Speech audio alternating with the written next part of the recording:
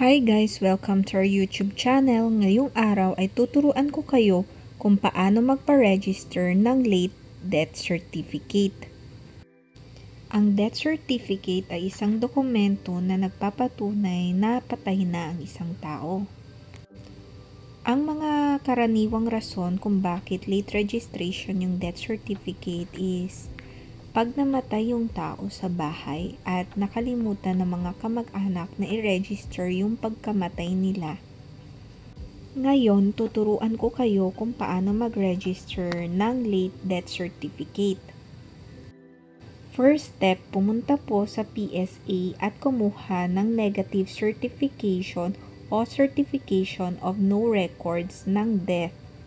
Magbabayad lang po kayo ng 155 para po sa no certification. Ito pa po yung ibang kailangan. Certificate of death form. 4 copies po ito at kailangan pirmado ng doktor o embalsamador. Kailangan nyo rin po ng affidavit of delayed registration. Dito nyo po ilalagay yung dahilan kung bakit natagalan yung pag-register ng death. Kailangan po itong notarize. Kasama din po dito yung PSA negative certification.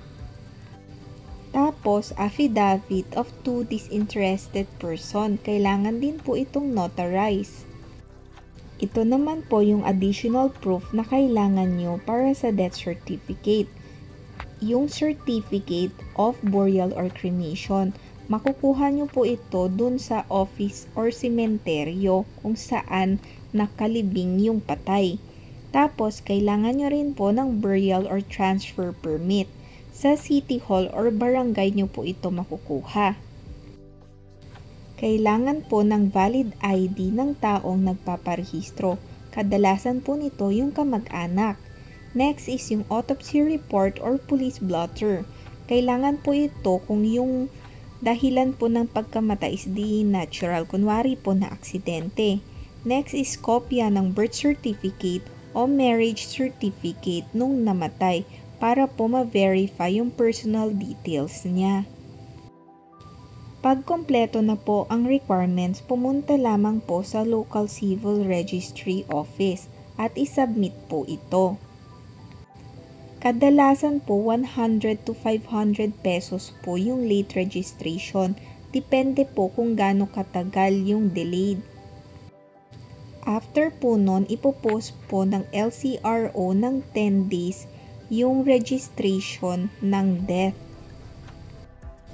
After po nun, maa-approve na. Tapos, isisend na po nila yung record sa PSA. Makakakuha na po kayo ng certified true copy sa PSA ng death certificate after 1 to 3 months kasi kailangan pa po nila itong i-validate at i-record sa kanilang database. 155 pesos naman po yung pagkuha nito. At dyan na po nagtatapos ang ating video. Sana po ay may natutunan kayo at nasagot namin ang inyong mga katanungan. Please like and subscribe to our channel. Maraming salamat po.